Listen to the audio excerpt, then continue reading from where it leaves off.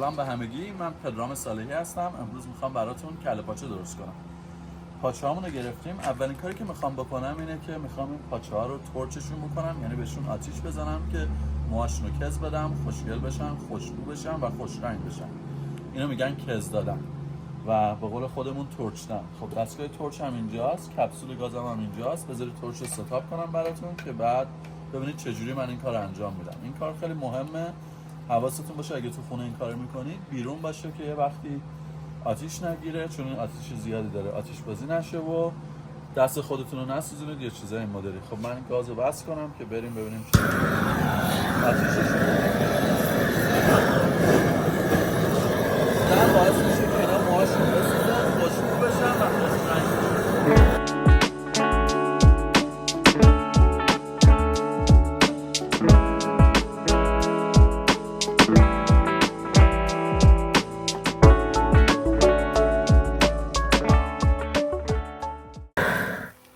من تا حد خیلی زیادی اینا رو واسه شما کز دادم. همونطور که میبینید هنوز دارن جلوز و بریز میکنن، رنگشون عوض شده قشنگ و قبلش هم اینا رو حسابی شسته بودم، آشغالش رو در آورده بودم، تمیزشون کرده بودم. حالا هم دیگه وقتشه که بذارمشون توی قابلمه با یه سری پیاز و سیر و مواد دیگه‌ای که بهشون میذارم بره.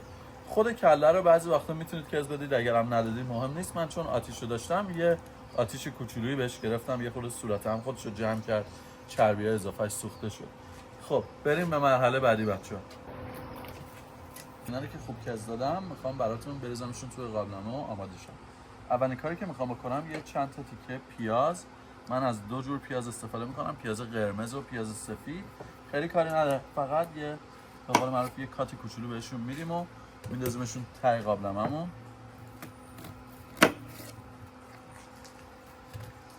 این پیازامون، یه چند تا دونه سیرا رو من با پوست میندازم که خیلی خوب له نشن. این هم چند تا سیر توی کارمون.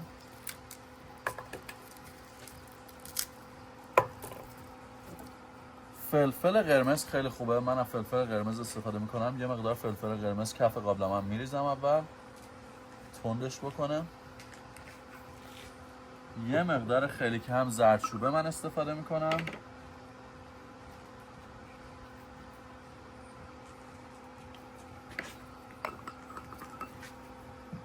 میخوایم دارچین،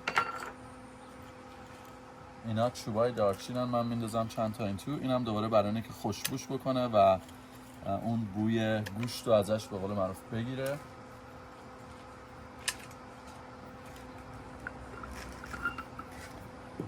فلفل سیاه هم دوباره خیلی خوبه.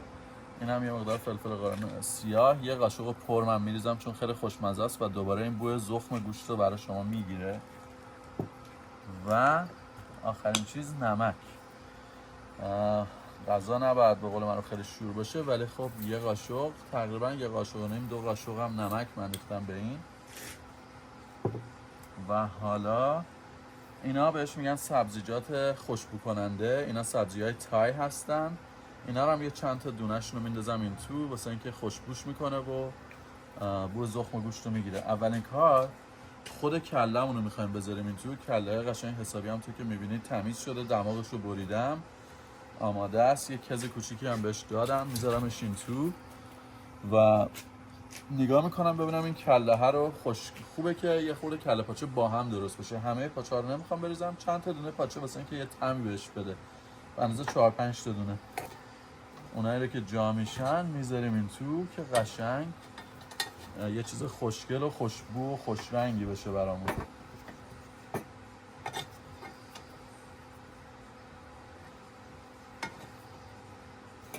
خب اینم از این. حالا کار دیگه ای که میکنم فقط بعد بهش آب بریزم توش، آب بهش اضافه بکنم و بذارم یه چند ساعتی بپزه. براتون بذارید آبشو بریزم.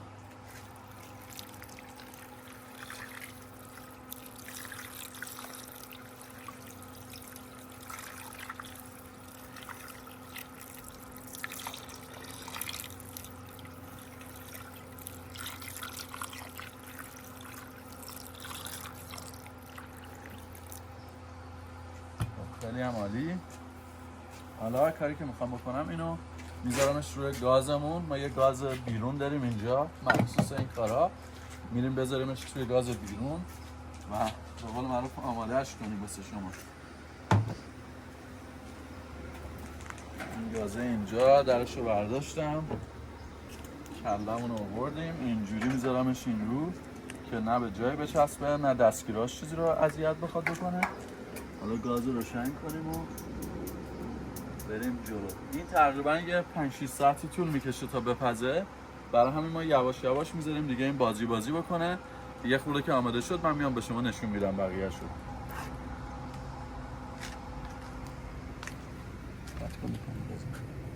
این غذای ما آماده شده، من آوردمش توی خونه که بتونم جداش بکنم، بکشمش و به شما نشونش بدم. اولین کار خب خاموشش میکنم، اینو درش رو برمیدارم که شما ببینید توش چجوری شده. این حسابی داره قول میزنه، کاملا گوشت از استخون جدا شده اینجا.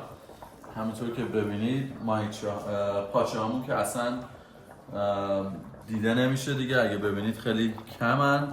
گوشتای اینم همش صورتش جدا شده. خب میخوام یواش یواش برم تو کار کشیدنش، ببینید چجوری گوشت رو از این جدا میکنم و میکشمش.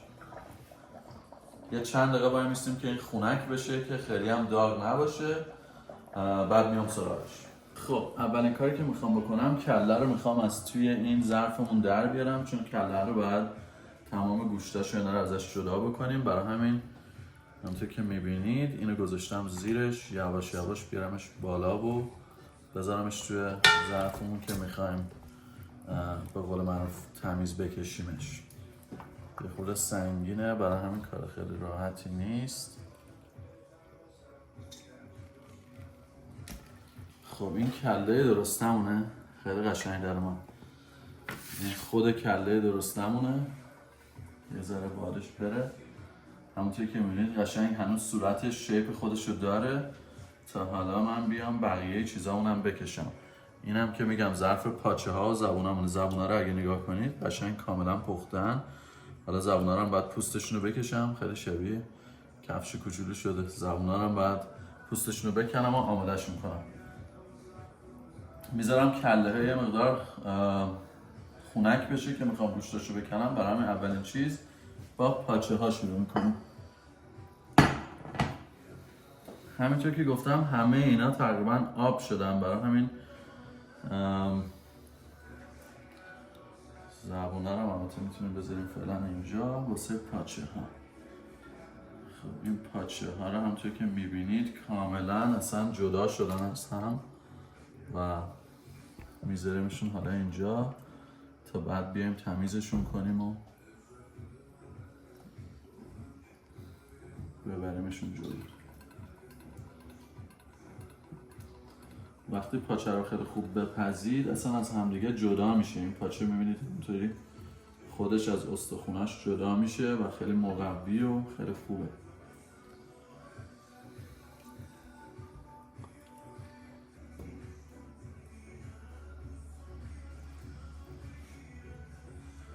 یادتون باشه این پاچه ها همیشه چند تا بوده کوچولو دارن، وقتی که میخواید بکشید بخورید بعد اینا رو توش جدا بکنید. حالا من الان نمیکنم واسه اینکه دستکش دستم میکنم این کارو انجام میدم که دیگه تمیز بشن وقتی میذاریمشون سر میز. خب حالا بیام دستکشامو دستم میکنیم، میخوام آماده جراحی بشیم دیگه.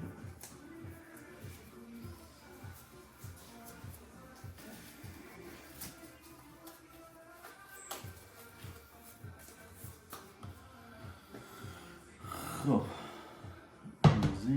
همونطور که گفتم یه 2 تا قده کوچولو داره، وقتی دستش میزنید اصلا کامل راحت در میاد و جای خالیشو میتونید ببینید. این خیلی مهمه اینا در بیاد که خورده نشه. من همیشه اینا رو خودم درشون میارم که وقتی میذارمشون سر میز تمیز و مرتب باشن. خیلی داغه ولی خب اینجوری تا جایی که میشه اینا رو در آورد و تمیزشون کرد.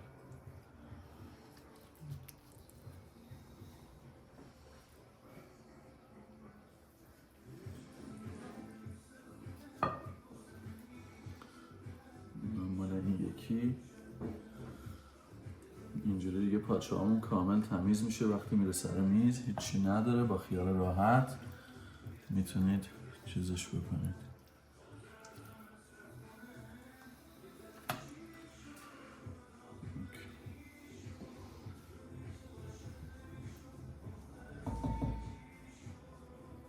میخوام یه مقدار از آبش هم بریزم روش.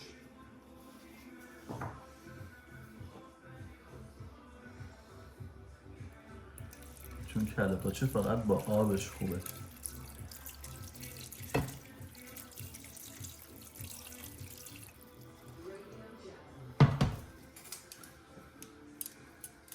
این چیزای اضافه هم که روش داره رو الان برمی‌داریم که دیگه به قول معروف تمیز شده باشه.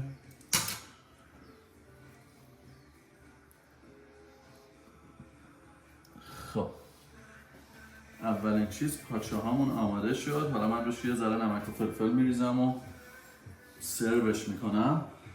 این از پاچه ها. خب من گذاشتم یه خورده این کله خنک بشه چون خیلی داغه. یه قهوه خوردم که به قول معروف آماده باشم که با این شروع کنم به جنگیدن. وقتی کله خیلی خوب میپزه میبینید قشنگ از همدیگه جدا میشه. این زبانه هم که حالا فعلا برش میگردونم اینجا. این گوشت روی اینو بهش میگم بناگوش. همونطور که میبینید خیلی راحت داره در میاد. این از اینجا شروع میشه. من گوشتا رو براتون جدا میکنم کاملا. بناگوشش چون بسیار چیز خوشمزه‌ایه میخوایم بخوریم. تا بعد تیکه به تیکه میریم رو چیزای بعدیش. بعدم هرچی چیز داشته باشه کثیفیاشو همینجا میگیریم که چیزایی که میذاریم تو ظرفمون تمیز و مرتب باشه. این انقدر خوب پخته قشنگ دنده هاش در میاد.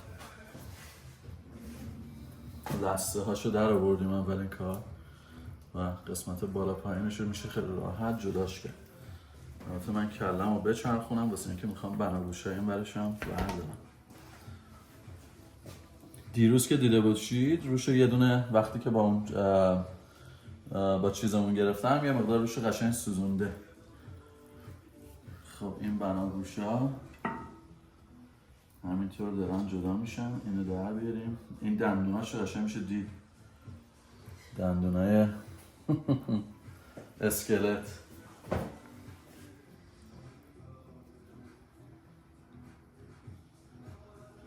دوباره میگم هرچی آتاشخال داره درش میاریم. جایش که به درد نمیخوره رو میذاریمش کنار.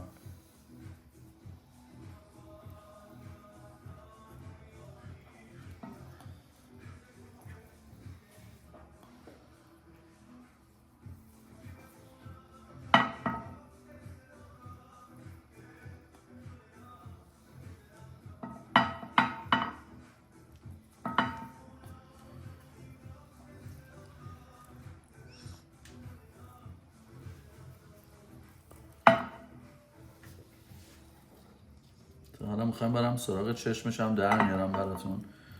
فعلا زبونش رو دراریم. این زبونشه. زبونش رو به قول معروف از حلقومش جدا میکنیم. این یه زبون خوشگل و مرتب. خیلی خیلی هم داغ هنوز.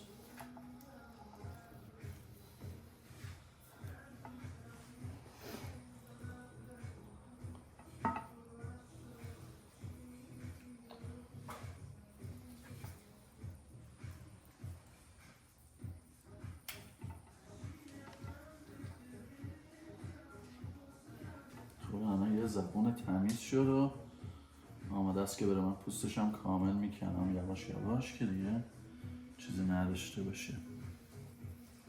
وقتی زبون خوب بپزه همین که یه تیکشو در بیارید پوستش کنده میشه. میبینید چجوری پوستش قرفتی کنده میشه. این مال پخت خیلی خوبشه که پوستش کاملا قرفتی کنده میشه اینجا. حالا این خیلی داغه من نمیخوام بگیرمش ولی اینجوری شد.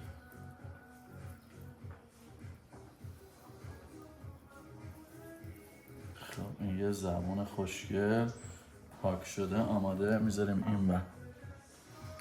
خب حالا کلمونو میخوایم بریم سراغ چشماشو در بیاریم چون چشاش هم خیلی خوشمزه است. این چشا رو من سعی میکنم ببینم اگه بتونم استخونش اول یه مقدار بشکنم که راحت تر دستم بره توش. آره استخونش هم در میاد. برای همین خیلی راحت میتونیم از زیر دستمون رو بندازیم توش و خود چش رو در بیاریم. تمیزش میکنیم دوباره. اینم چششه. کله پزی واقعی که میری همه چیشو بهت در میارن میدن همینجوری. اینی که ما الان کردیم مثل کله پزیایی که شما بری بیرون و بهت همه چیشو بدن.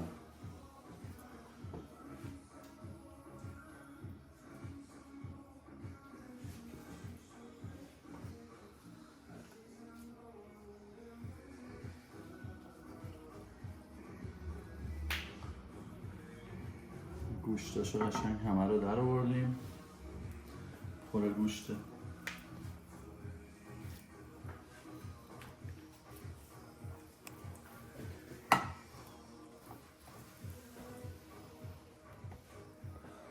حلقه چشمشو در آوردم، اینو میندازیمش رو چون حلقه‌اش نمیخورم، ولی خب گوشتای بغل چشم همش خوردنیه اینا.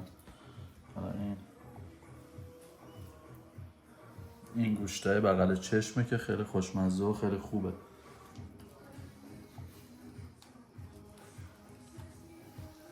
تمام اینا گوشتای بغل چشمه. آشغالش هم جدا میکنیم دوباره.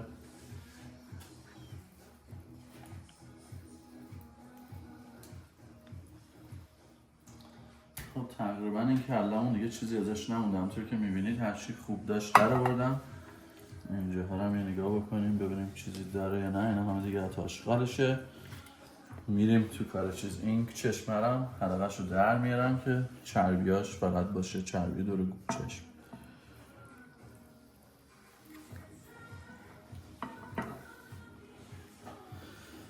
خب این از این کلمون. حالا من میخوام زبونا رو براتون بذارم. میذاریمش تو همین ظرفه که بتونیم پوستشون رو راحت بکنیم.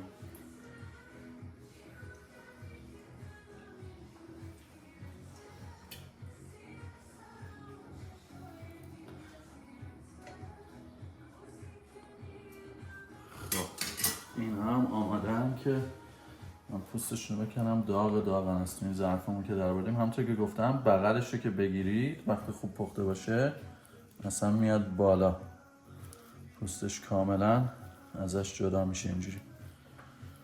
بعد قلفتی میتونید پوستش رو بکنید.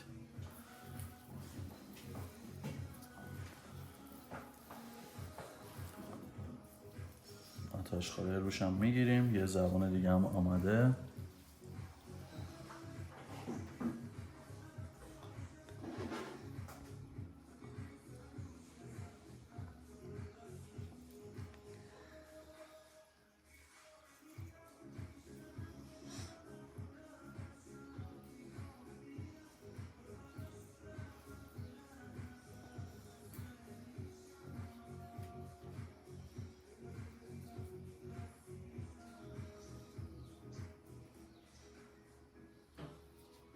خب من چندین ساله که آشپزی میکنم. غذاهایی که درست میکنم بیشتر غذاهای سبک ایرانی و چیزایی که همیشه درست نمیکنم معمولا، چون ما همیشه سر کاریم. ویکندا که میمونه سعی میکنم یه غذای ایرانی خاصی که میگم همیشه نمیشه خورد و همه جا نیست خودم درست کنم. من از بچگی آشپزی میکردم.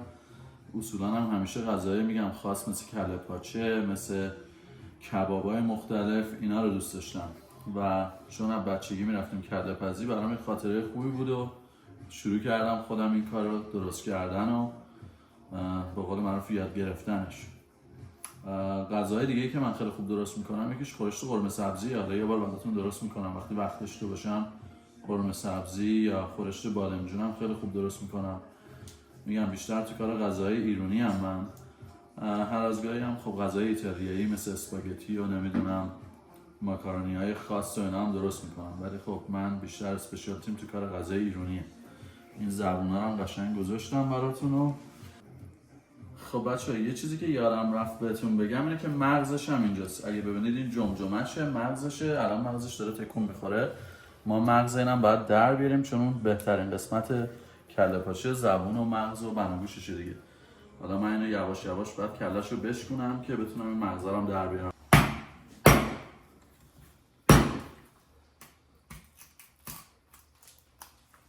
ما روی مغز رو اینجوری جابجا کردیم، شیپوندمش، یعنی همونطور که میبینید که دستم بتونه بیاد توش و اینو در بیاره. حالا یه ذره دیگه هم میخوام بغلش رو بشکنم چون هرچی راحت تر چیزشه بهتره.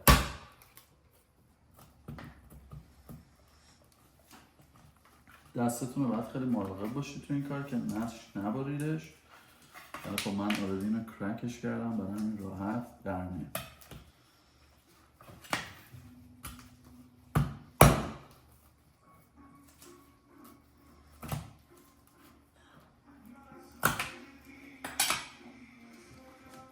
و حالا میتونم خیلی راحت مغزم رو درارم بذارمش این بغل.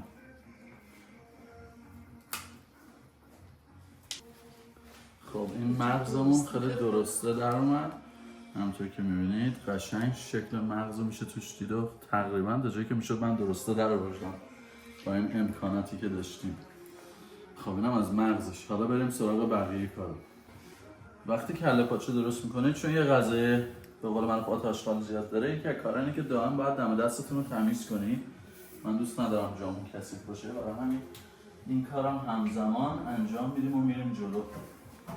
بذاره ریلکس که اینجا ترتمیز باشه، چون تازه میخوایم بریم سراغ خوشگل کردن و نمیخوایم زیر غذامون چرب باشه.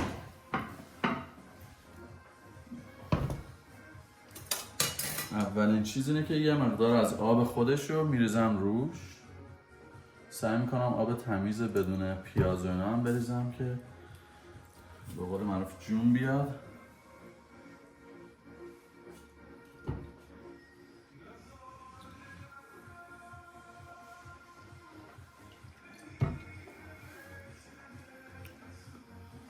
بعد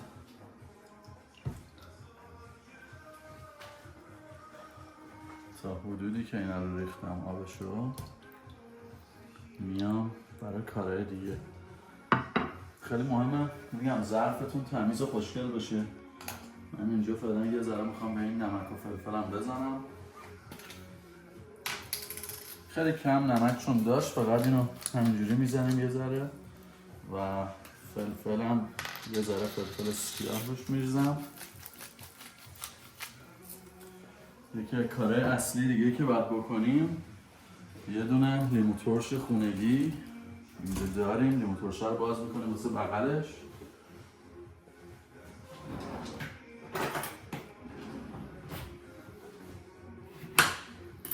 میذاریم اینجا. خب یه ذرم پودر دارچین، اینجا دارچین آماده دارم. این باعث میشه خیلی خوش‌طعم بشه و خوشگل. بغل ظرفم هم با این پودر دارچین یه حالت قشنگی بهش میدم. خب این هم از کله پاچه ما. بریم بذاریمش سر میز. اینجا پاچه هامونو داریم. همونطور که دیدید اینا هم داغ هنوز. خوبیش بینید که همه داغن. یه مقدار آبشو دوباره میریزم روش که رنگ شکلشو بگیره. اینا ترشی و لیمو ترش و مزه های مختلف. با ما باشید.